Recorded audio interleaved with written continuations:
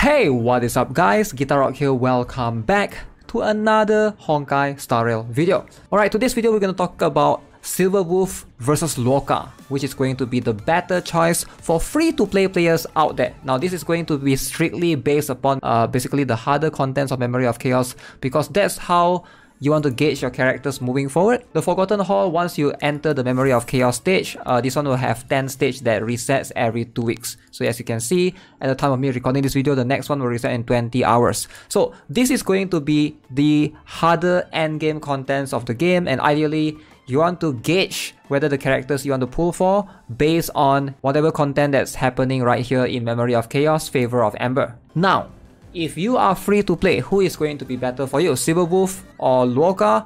Obviously, that's going to be dependent on a couple of things, so let's break it down for you guys. So as of the time of me recording this video, the numbers of the skill modifiers, the percentage are not out yet. So make sure to take everything with a grain of salt. Silverwolf is a quantum type character, which is a nihility buff. So she has a special ability to inflict weakness on enemies. So this is something that's very important. She specializes in applying a weakness on enemy target, and when she unleashes her skill, notice here there is a chance of inflicting weakness. The weakness type will be the same as at least one of the allies in combat. So this has given players a lot of perspective of, you know, you want to put Silverwolf in a mono team, and yes, maybe that can work later on, but right now we can't really do that realistically. Her ultimate can also reduce defense, very good, similar to Pela in that sense, right? Deal damage to the enemies as well. So whenever she attacks, Silverwolf has a chance of implanting a random bug on an enemy, which can either reduce the target's attack, defense, or speed. Now keep in mind, it mentioned here that there's a chance, so we don't know the numbers yet as of the time right now. Now, based on the beta, based on this website honkailab.com, you can see right here for Silverwolf's ability to apply this implant a random bug, it doesn't go up to 100%. So at maximum level, it seems to go up to 78% right here, as you can see. And also on her skill, the ability to add the weakness is also not 100%. Going up to the max level, it's only 90%. So there's a chance that it can still fail. It's a little bit of a bummer right there. So again, not sure if her final release version is going to be a higher percentage number or lower. That's going to depend if they want to buff or nerf her. So we're going to have to wait for the time being. But all in all, Silverwolf is going to be a nihility character that's there trying to hopefully improve your damage overall by applying debuffs to the enemy. So let's talk a little bit about Lorca then. What can Lorca do? Now Lorca is going to be a little bit different. He is an imaginary type character and is a path of abundance. Now his skill restores HP to one ally. When an ally's HP falls to 50% or less, an effect equal to Lorca's skill will be triggered. Okay, this is going to be very interesting. It's like a passive heal sort of, based upon enemy's HP falling to less than 50%. And ideally, that's going to be good enough, in my humble opinion. Like, when your HP falls below 50%, it's an ideal percentage for the heal to start kicking in, right? Unleashing his skill or ultimate, attack will accumulate stacks of Abyss Flower.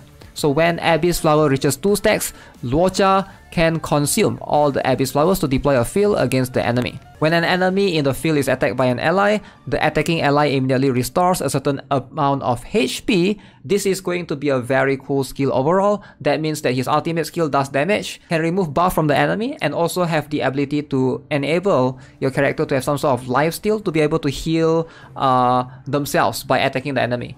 I thought that was pretty cool. So here's the thing about Lorca, right? Lorca is going to be very unique. Right now, I'm looking at Lorca based upon the CBT. I thought they're going to change how he works. Ideally, they might change the numbers here and there. But Lorca is a character that his heal scales off attack. You can see, immediately restores target's ally HP equal to 40% of Lorca's attack. Obviously, this number might change based upon the final version, but I doubt they're going to change the scaling of based upon attack to something else like HP or defense, right? So he's going to be the first healer that scales off attack. Now I thought this is pretty interesting. This is going to make Lorca really good overall. His Light Cone is going to seem way more tempting to pull compared to Silverwolf's one. Let's compare the Light Cone slightly. Silverwolf's Light Cone gives the wearer's effect hit rate by 24%, and you can see the wearer deals damage to an enemy with 3 or more debuffs, increase her crit rate by 12%. Now 3 or more debuffs seems very hard to achieve. I'm not sure how viable that is. after the wearer uses basic attack, skill or ultimate, there's a 100% base chance to implant a thing called Aether Code on a random target that does not have it yet.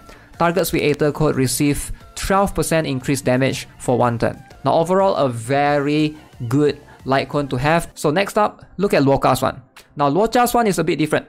This light cone gives wearer attack by 24%. Now if you pull for Luocha's light cone, I feel like this is going to be very restrictive to be only usable on him. Like you can use this probably on Bailu or on Natasha, but they both don't have scaling based off their attack. They both heal scales off their HP. So this is going to be ultimately only really useful on Luocha overall.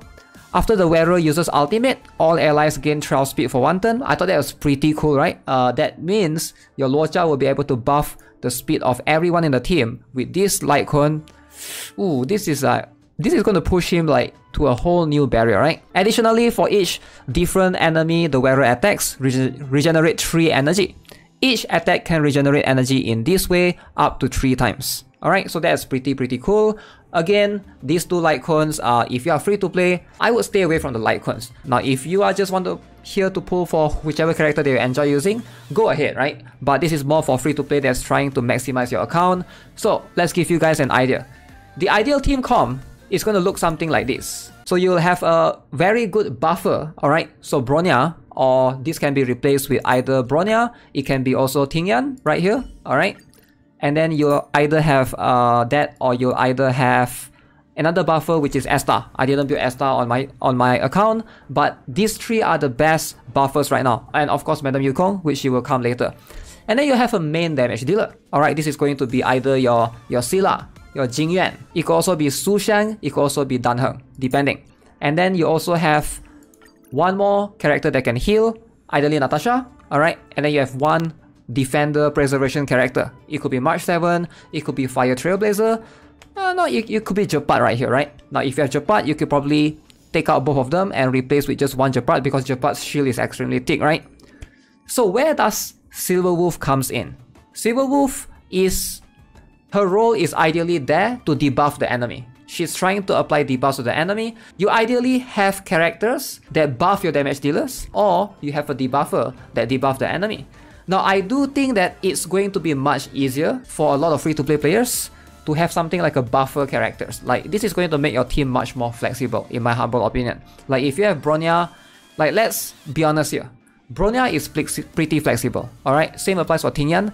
Tingyan is pretty flexible. I think that you can fit Bronya and Tingyan into any teams. But for someone like Silverwolf, she's going to be much more of a Nihility character. Now, Nihility characters similar to Pela, it's going to be harder to put them into a team, because I feel like you got to build a team surrounding Silverwolf. That's just what I can see right now, especially in the Memory of Chaos. If you guys have been observing my gameplay so far, once you reach stage 6, 7, or even 8, you know, up to here, your focus ideally is going to be survivability. You want to be able to survive. The fights are going to be very long. It's going to be 3 waves of the enemy. It's going to be super hard. Ideally, you want to have a healer or someone that can shield your team to make sure that they don't die. Alright? So someone like Silverwolf that debuffs the enemies, it sounds really cool in theory, but in Memory of Chaos, it feels a bit lacking, because if you don't kill the enemy fast enough, which I don't think she can, I don't think she will be able to boost anyone's damage to the point that you can basically like 3 hit or 4 hit the enemy. The enemies get super tanky later on, which is going to be a big issue. I do think that Silverwolf is a character that will get progressively stronger later on once we have more characters, but as of right now, comparing to a lot of other characters in the roster, I feel like she's a bit lacking. Now as for Luocha, because of this particular reason, I do think that Luocha makes more sense. Now, like I mentioned, a typical team for a lot of players that are trying to tackle the Memory of Chaos is going to look something like this. Now, if you have a Jingyuan team, for example, it's going to look something like this, right? You have a Bronya, Tingyan, Jingyuan, and then, you know, you have a healer.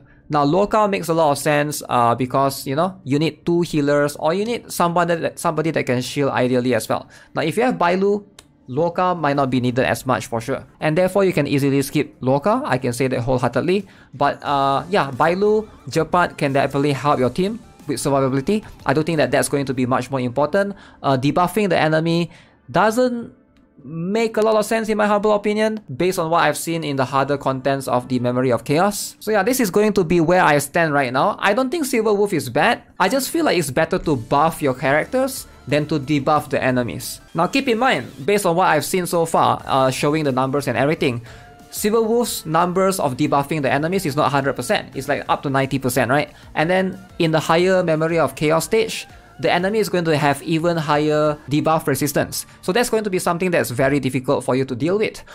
When you buff your ally, you have a 100% chance of buffing them. Like if Ting Yan were to buff Jingyuan, that will have a 100% chance of going through, right? You're going to get the attack buff for sure. There's no chance of you to fail. But if you were to debuff the enemy, there's a chance for that to fail. And I personally don't like that. Right now, at least based on what I can see, I don't think Silver Wolf is bad. I just think she's going to be less flexible when you're trying to insert her into your teams overall. With that being said, that's gonna be it for this video, guys. Hope you guys enjoyed it. Subscribe if you guys haven't already. Give this video a like and let me know what you guys think. I'll see you guys in the next one. Have a nice day. Goodbye.